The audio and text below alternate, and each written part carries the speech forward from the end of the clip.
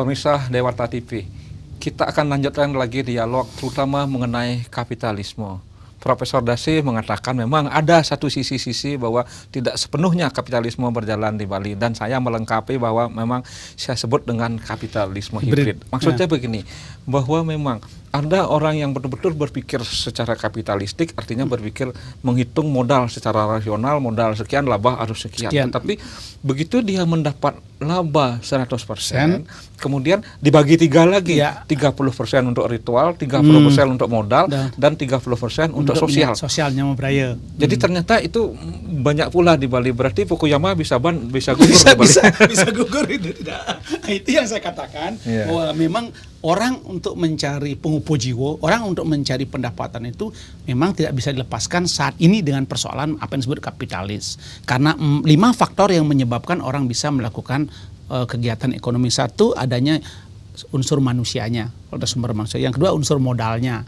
Yang ketiga, unsur mesin atau peralatan atau infrastruktur lah, peralatan-peralatan. Ada unsur yang disebut dengan katakanlah model atau metodenya, ya kan? Kalau tanpa ada materialnya, bahan bakunya. Kalau tidak ada itu kan tidak bisa kita membuat. Tapi kapitalisme adalah menjadikan uang di atas segala-galanya. Karena dengan cara apapun, kalau mereka, contohnya di partai politik sekarang lah, kan juga terjadi pergeseran. Iya nggak? Itu artinya peran kapitalisme juga menggeser yang dulunya orang adalah dengan sukarela untuk datang ke TPS, sekarang kan harus ada sistemnya, sudah mulai sistem transaksional. Ketika masuk transisi transaksional dalam berbagai aktivitas di Bali, tradisi Bali, itu udah spiritnya kapitalisme. Itu yang maksud saya itu. Pemirsa Dewata TV, saya mengundang Profesor Dasi karena memang untuk menunjukkan kepada Anda sekalian bahwa beliau telah menghasilkan beberapa buku, dan 2 yang kita bawa ke sini. Salah satunya yang akan kita angkat dalam dialog ini adalah buku ini, Kearifan Lokal dan Pembangunan. Mungkin tolong bisa dibantu, Sud. Ini buku yang diterbitkan oleh Pustaka Larasan tahun 2008, biarpun cukup lama. 2009 ya, tapi cukup menarik.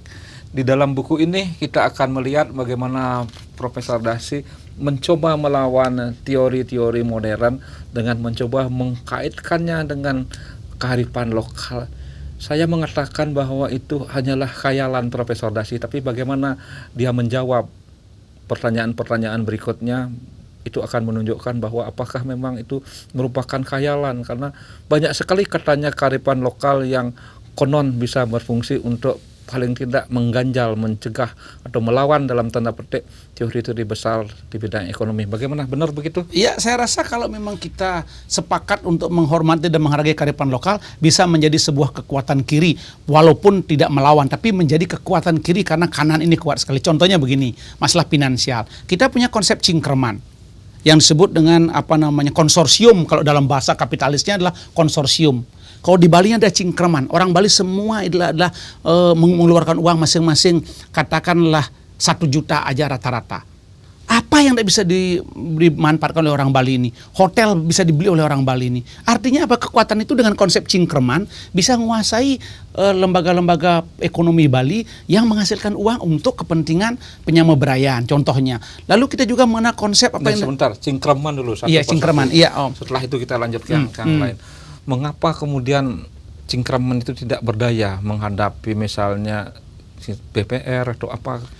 Itulah karena orang Bali ingin cepat, tapi tidak ada sebuah upaya. Apa sebenarnya hakikat cingkraman? Cingkraman itu adalah bagaimana dalam suatu kelompok yang tradisi ini adalah masing-masing seke atau anggota kelompok itu berkewajiban untuk menyumbangkan dananya, yang lama-lama itu bisa dipinjam oleh anggota kelompok. Seperti persis sebenarnya itu adalah konsorsium dalam dunia bisnis. Orang ngumpulin uang terus dibuat usaha. Cuma dalam cingkraman ini usahanya kan simpan pinjam. Seperti yang begitu di desa, dan itu pun pengembaliannya karena di desa sistemnya sistem 6 bulan karena 6 bulan panen. Kalau sekarang nilai itu kan bisa ditarik. Misalnya masyarakat Bali ingin memiliki misalnya GWK, contohnya ini, ingin saham Bandara Ngurah Rai misalnya. Kenapa orang Bali kalau berhimpun dengan konsep cingkraman, masing-masing ada 100.000, ada 200.000, ada 300.000, ada 500.000, sahamnya misalnya 1.000 per lembar, kita kumpulin, kita beli, itu menjadi share-nya, sahamnya menjadi milik Bali. Jadi share-nya akan earning per share-nya atau dividennya adalah datang ke orang Bali. Itu artinya adalah konsep itu kita ada. Dengan demikian tidak semua kekuatan kapitalisme menerjang ke sini karena kita menjadi pemilik Bali ini. Ya, jika demikian daya jangkaunya Cingkraman itu, menurut Anda mengapa tidak bisa jalan di Bali? Kadangkala kan kita menurut orang Bali ini tidak seperti orang Singapura. Seperti orang Singapura, artinya ingin menari-nari di atas globalisasi dan kapitalisme dengan kekuatan mereka. Kita ini justru sering membanggakan produk-produk luar negeri atau kekuatan luar negeri. Termasuk teori-teori luar negeri pun para intelektual sangat-sangat dibanggakan kadang-kadang, walaupun kita sesungguhnya punya teori-teori lokal yang misalnya bisa memperkuat kita. Tapi kita ini kadang-kadang kan terlalu tidak percaya diri karena mungkin faktor sejarah, karena lama dijajah itu mungkin kita sehingga merasa rendah diri kita itu. Sehingga begitu istilahnya hanya bani di kalangan aja kita, begitu kita keluar rupanya agak tidak berani menunjukkan bahwa kita sebenarnya punya begitu. Apakah Anda pernah melihat ada suatu lembaga yang telah melaksanakan konsep Cingkraman itu? Contohnya sekarang LPD aja lah, lembaga tradisional. Dalam teorinya Buko mengatakan bahwa ekonomi tradisional tidak bisa disatukan dengan ekonomi modern. Itu adalah seperti minyak dengan air. Ternyata ekonomi tradisional dikelola dengan baik. Ada berapa LPD, bermiliar-miliar dananya, dan sehingga pembangunannya adalah bisa melalui dana LPD, dari hasil LPD. Apa buktinya LPD menggunakan konsep lokal? Artinya kan mereka itu adalah di desa adat. Di desa adat. Ya. Jadi di sewengkon desa adat itu berarti kan tradisi. Mereka adalah naruh uang di sana. Orang luar tidak boleh minjem uang kan selain adat itu kan begitu ya. Artinya ada kekuatan lokal di sana, dicoba di skup desa adat. Itu berarti kan sama dengan manajemennya kan tetap manajemen modern kan? Apanya? Manajemen bank yang di situ. Manajemennya manajemen modern dia, karena yang nanti mereka tanpa angunan.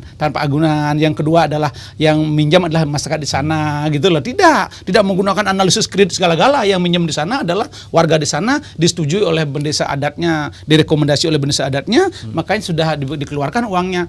Ya kan, kalau di bank kan lain prosesnya, harus buat neraca, harus buat laporan rugi laba, harus buat pembukuan dan lain sebagainya. Tidak. Berarti Cingkraman berlaku di LPD begitu? Sebenarnya itu spiritnya begitu oleh Prof. Mantro itu sebenarnya. Bagaimana menggunakan kekuatan lokalnya dihimpun dalam bentuk finansial. Begitu sebenarnya. Cuma kan masih banyak ada yang gagal kan. Karena mismanagement atau barangkali karena iyalah human behavior atau perilaku manusia lah yang ada di balik LPD itu. Tapi beberapa LPD sudah berhasil. Sebagai salah satu contoh yang tradisi kalau dikelola dengan baik dengan kekuatan bagaimana lokal. Kalau Cingkraman itu di tingkat koperasi berhasil enggak? Anda punya contoh? Di tingkat koperasi sebenarnya justru koperasi mengadopsi Cingkraman, cuma dikembangkan disebut nama koperasi. Ada simpanan pokok, ada simpanan wajib. Sebenarnya koperasi yang mengadopsi itu kalau dilihat dari segi keberadaannya, karena kita dari dulu sudah ada. Jadi Bung Hatta mencuri Cingkraman. Mencuri Cingkraman. Anda terlalu. Nah, artinya yang mana dulu lahir, Bung Hatta atau Cingkraman? Itu aja makanya dulu. Berarti dia mempelajari Cingkraman dulu.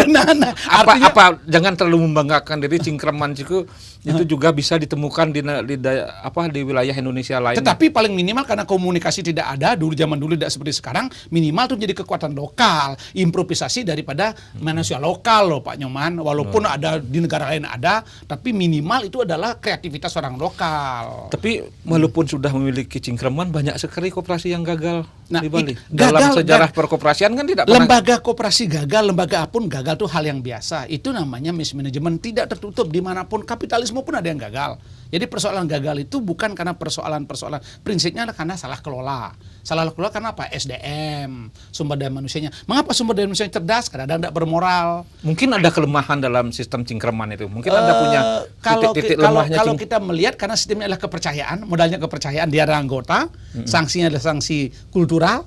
Mereka sebenarnya dapat dikatakan sejauh anggota Cingkraman itu adalah menyepakati nilai-nilai yang dibangun bersama melalui kekerabatan itu, sebenarnya tidak ada lemahnya, sangat kuat karena hukumnya sangat Tapi buktinya kan tidak eksis. Berarti ada kelemahannya yang mana? Iya, tidak eksis itu kan karena memang kita di desa ini adalah tidak menghormati, tidak membanggakan nilai-nilai tradisi itu untuk dianukan. Apakah hanya sekedar itu? Ya, bisa jadi tidak ada unsur sistem itu yang lemah. Saya rasa ada, tetapi bisa diminimumkan kalau memang sudah ada kebanggaan. Kalau Anda kritik Cingkraman, di mana faktor lemahnya?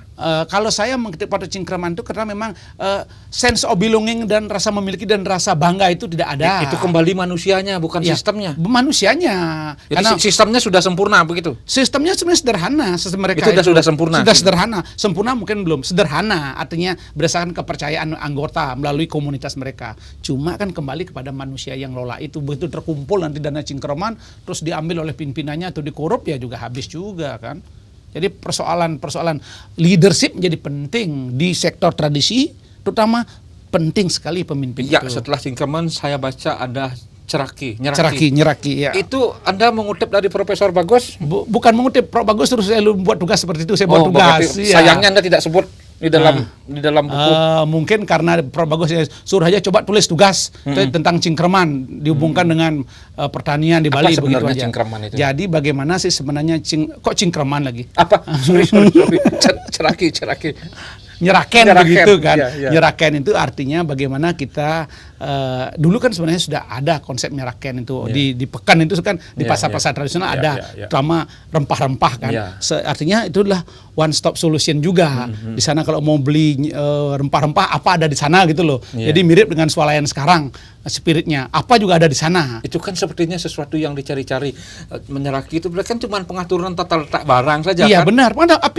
Supermarket juga tata letak barang loh. Tapi kan manajemennya bukan manajemen. Jangan manajemennya karena ini kearifan lokal, ini modernitas tentu berbeda antara bumi dan langit.